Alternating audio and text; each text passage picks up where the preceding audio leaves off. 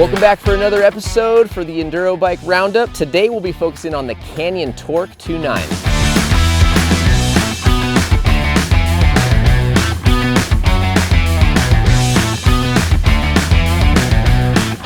Welcome, thanks for tuning in to our 2022 Enduro Bike Roundup, where we'll be working our way to the grand finale. And today we'll be taking a look at the Canyon Torque 2.9. 170 millimeter, 29-inch wheeled bad boy with a pretty impressive price tag and price to performance ratio. I would say this thing is very high on the list. Yeah, $43.99, you can't beat it. You're getting a carbon frame, RockShox Zeb Select Plus, and a Super Deluxe rear shock. Codar brakes, which are not our favorite, but you know, they've been holding up. They've been doing all right. So let's get into the Geo first and foremost briefly.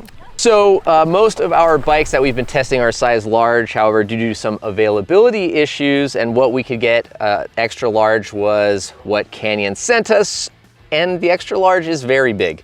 515 millimeter reach, which is massively outside my comfort zone. However, we had a lot of fun on this bike. Obviously, there were some cons to the reach, but the large would put it back into a long but definitely rideable zone for us. But let's get into some of the other numbers. Yeah, so we've got a 1312 millimeter wheelbase, 440 chainstays. Okay. 63.5 degree head tube angle with a 77.5 degree seat tube angle. The stack height is 642. Yeah. I believe, with a 30 mil bottom bracket drop. Okay.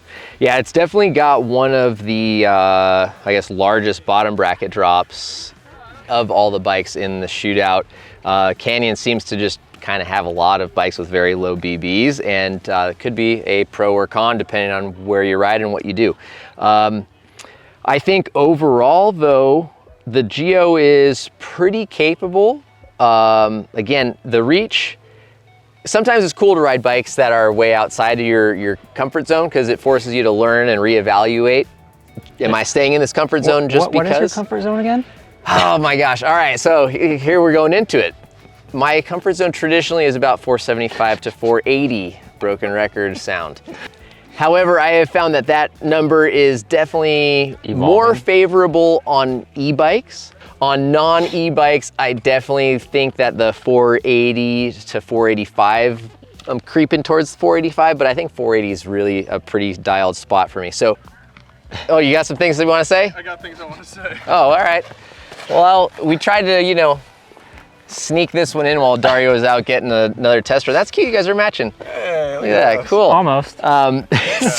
So I guess Dario wants to talk a little bit about the Canyon. So we've gone over the Geo. Okay. We've talked about the value, right? Pretty solid. Yeah. And we're just kind of getting into the on-trail performance and characteristics, and namely how the big reach for me, specifically you at 6'3", this is probably a little more in your ballpark, but that's why I butted in. Yeah, it's the stability, like when we got it on the big, fast, high-speed jump trails or some of the steep, faster stuff, like, wow, like I get it. I always get why people like longer bikes. It just hasn't been, you know, my bag, but it's been very cool. Obviously there were some trade-offs in the tighter stuff. I felt like in some of those corners where, like, especially like on Rattlesnake where there's kind of like that cliff and you're just steering, I felt like the front end was just walking away farther from me, and I was like kind of having to fight to get back up and over. Like I kind of felt disconnected from the front wheel because it was so long, but I know that's more of a sizing issue than anything, not the bike. But what do you got to say? So like sizing wise, I'm 6'3", the XL is the bike that should fit me, and I also think this bike is too long. Okay. Insert dramatic music. I think it could work if it had a longer rear end. I think the fact that all the sizes of these bikes have the same like 435 chainstay, 440 is not on the money. I think to me it feels like you're like pushing a shopping cart kind of thing. Okay. Yeah. That was kind of that feeling I got in some of those corners. Yeah. The front's just like kind of walking away from you. And I think you can get that stability from like a slightly shorter reach and just a generally longer wheelbase. Like you can slacken the head angle if you want. It's pretty that. slack though. I realize, but I'm just saying. Yeah, if you want there are that other ways to grow. The biggest thing though is like size-specific chainstays to me. Okay. Canyon's a big brand. Like, I don't think that's like too much to to ask.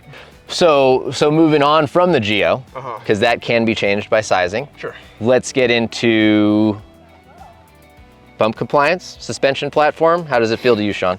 For the most part, it felt pretty good, but today on rockfall, I was noticing a lot of like brake jack. Okay. On the brakes, on super steep stuff, like the suspension just felt like it didn't want to work. Okay.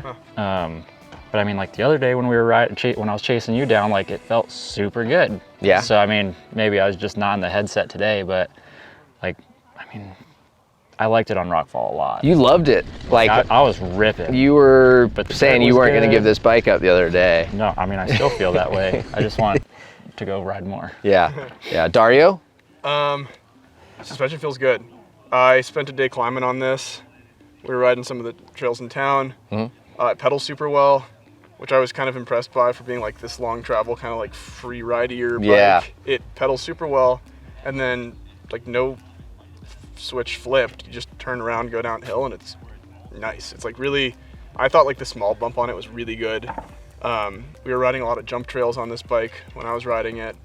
And It's fast. It's fast and like jumps really nicely. For Yes. being so long, like you can kind of like yank up on it a little more easily because you're not on this like little squirrelier thing. So I think for like fast flowy trails, it's a pretty dialed package. Just for like the type of riding I like to do, tighter, steeper stuff, it feels a bit unwieldy. And then that brake jack thing, like it on the brakes, it's not as supple as some of the other bikes. I did notice that as well. It definitely kind of firms up, like, because there's definitely a lot of sections here where you'll come nuking into a corner and there'll be kind of like that hard, left, right kind of a wall. Yeah. And you'll want to just, you'll be hauling ass on the trail and then you'll get on the brakes real hard in the biggest braking bump, slam it into one corner and then bounce into the next. And like, I definitely feel like it firms up in the rear end for sure. Yeah. That being said though, you're right, I think small bump is pretty good on it. Going over high speed braking bumps and just charging over rough terrain. The bike does very well. Like I would say it's high in the pack of bikes when it comes to capability, speed, all around versatility and fun. Yeah. We're at a game where we're talking like millimeters make the difference, right? And milliseconds for those guys that are out there racing. And if we didn't have, 8 other bikes and all the other bikes that aren't in the shootout or the test here, and you just rode this bike, you would be like, dude, this bike rules. I love it. It does everything well and I enjoy it. But, and again, we're not talking about like this bike's a 6 and that bike's a 9, right? We're talking about this bike's an 8.25 and the one that's better is an 8.5. Yeah. You know what I mean? Like it's very close. And I do think for the price to the performance, you're getting a lot out of this bike. It's good. Yeah. Ideal consumer, you think?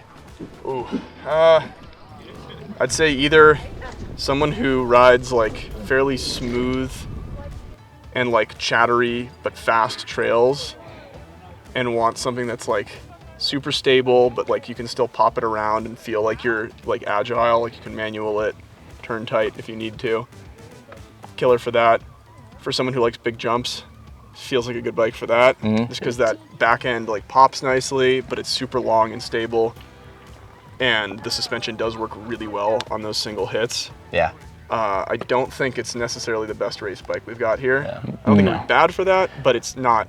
It's I not its mean- purview. Like they designed it for. It's free ride bike park. Yeah. Yeah, That's which is essentially kind what of it is. crazy because, they do make, the Strive, which is their enduro bike, Yeah. and very awesome, and the new one just came out and it's rad. Robert absolutely loves that bike. Yeah. Check that review out. But for this being, I guess, a 29er free ride bike, like that's Funny kind of thing, mixed signals a little, because this bike traditionally was a 27.5er, but yeah, I just think, I think this is a really capable bike, but I do agree, Yeah. it can get slightly overwhelmed.